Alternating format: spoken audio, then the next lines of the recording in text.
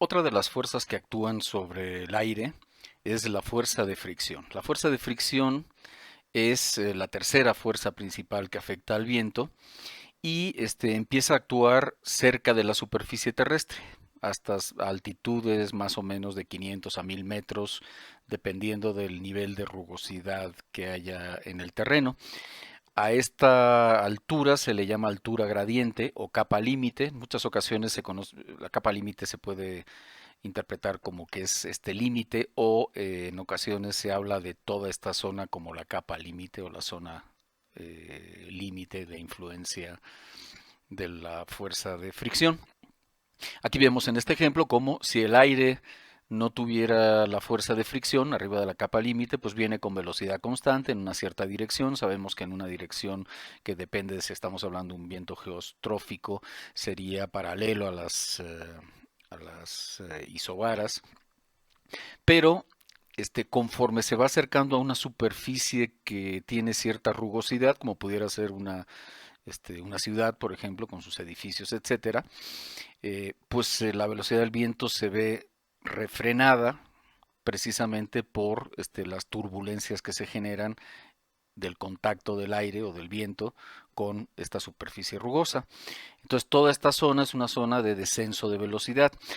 Algo importante, ustedes a lo mejor habrán visto que se dice que conforme va aumentando, conforme vamos subiendo, va subiendo la elevación, el viento cada vez tiene mayor velocidad. Bueno, en realidad es cierto, pero no es correcto del todo. La realidad es que la velocidad del viento va disminuyendo conforme se acerca a la superficie, que es diferente. Y es debido al proceso de rugosidad que tiene la interfaz entre el aire y la superficie terrestre.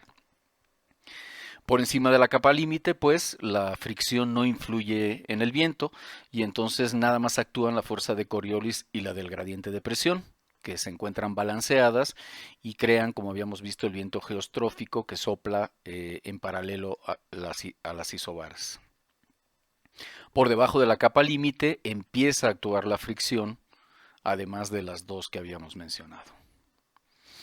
El efecto de la fricción desde luego es mayor cuanto más nos acercamos a la superficie terrestre y desde luego mientras más accidentada sea esta superficie, mayor será la influencia friccional. El efecto de la fricción cuando tenemos, por ejemplo, una zona urbana es mucho mayor que si estamos sobre una gran masa de agua sin oleaje y sin turbulencias, por ejemplo, o sobre un gran llano. Vamos a ver cuál es el efecto de esta fuerza de fricción. En esta figura estamos ilustrando lo que habíamos visto anteriormente, que es el viento geostrófico, es decir, si no existiera la fuerza de fricción, pues lo que tenemos es la fuerza del gradiente de presión, que está pintada en rojo aquí, que se equilibra exactamente con la fuerza de Coriolis. Recordemos, la fuerza del gradiente de presión es una fuerza que va de zona de alta presión a zona de baja presión, y la fuerza de Coriolis es una fuerza que va hacia la derecha en el hemisferio norte de la dirección del viento. Entonces, la dirección del viento habíamos visto que eventualmente se estabiliza paralelo a las líneas de igual presión, a las isobaras, y por lo tanto tenemos la fuerza de Coriolis hacia abajo, la fuerza del gradiente de presión hacia arriba, que se equilibran idénticamente. ¿Qué sucede dentro de la capa límite? Bueno, aparece la fuerza de fricción. La fuerza de fricción, desde luego, se opone a la dirección del viento. La fricción siempre se opone al movimiento. Entonces, cuando aparece la fuerza de fricción, ¿qué sucede? Pues que la velocidad del viento disminuye por efecto de la misma fuerza de fricción. Cuando disminuye la velocidad del viento, ¿qué sucede? Pues que la fuerza de Coriolis que habíamos visto que es proporcional a la velocidad del viento, pues disminuye también. ¿Y qué sucede? Que si ustedes se fijan en la fuerza total que existe verticalmente en esta figura, pues resulta que la fuerza del gradiente de presión le gana a la fuerza de Coriolis, que antes estaban en equilibrio. ¿Sí? Estaban en equilibrio, al aparecer la fuerza de fricción disminuye la velocidad del viento, al disminuir la velocidad del viento disminuye esta fuerza y empieza a ganar el gradiente de presión. Por lo tanto, la dirección del viento Aquí el equilibrio se pierde, por lo tanto, la dirección del viento, el viento o el aire empieza a moverse hacia precisamente la dirección de la fuerza de gradiente de presión, porque esta es más grande que la de Coriolis. Claro, al cambiar la dirección del viento, pues la fuerza de fricción también cambia, porque siempre va en la dirección del viento. Y la fuerza de Coriolis, su dirección también cambia. ¿Por qué? Porque siempre va en el hemisferio norte hacia la derecha de la dirección del viento. Entonces, este es un proceso donde poco a poco se va equilibrando hasta que llega un punto donde las componentes en la dirección del gradiente de presión de la fuerza de fricción y de la fuerza de Coriolis, la resultante de ambas fuerzas, compensa a la fuerza del gradiente de presión. Y entonces tenemos una situación de equilibrio. Así pues, si en resumen, si tenemos una zona de alta presión y una zona de baja presión, si no existiera más que la fuerza del gradiente de presión, el viento iría directamente de la zona de alta a la zona de presión. Cuando aparece la fuerza de Coriolis, tenemos que es por encima de la capa límite, tenemos el viento geostrófico. La primera condición que platicamos no existe, porque siempre va a haber Coriolis en la Tierra. Entonces, por encima de la capa límite, lo que aparece es la fuerza de Coriolis, y habíamos visto que este viento generado por estas dos fuerzas, que se llama geostrófico, va a tener dirección paralela a las dos isobaras.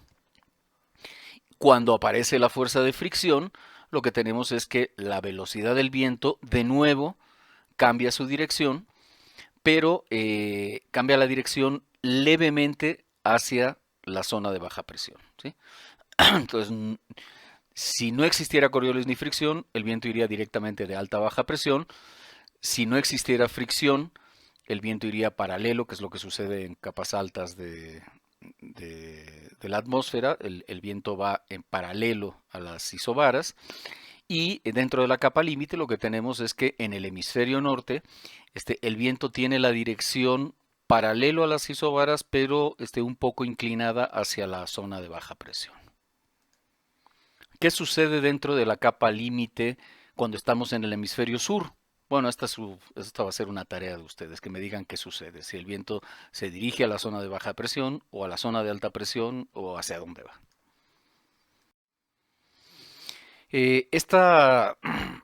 Algo importante, la dirección del viento, como hemos visto, se dirige hacia la presión baja hasta que el vector resultante de la fuerza friccional y la fuerza de Coriolis se equilibran de manera exacta a la fuerza del gradiente de presión. En el hemisferio norte, a medida que las fuerzas friccionales aumentan, las direcciones del viento giran más bruscamente hacia la presión baja.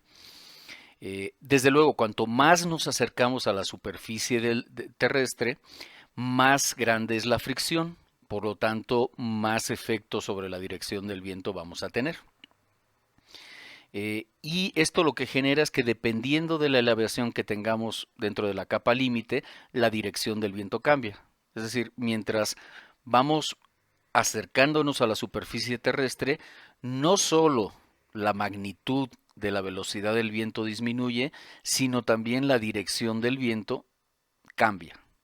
Si manejamos una proyección de estos vectores de velocidad sobre la superficie terrestre, lo que tenemos es una espiral, una especie de espiral que se le conoce como espiral de Ekman.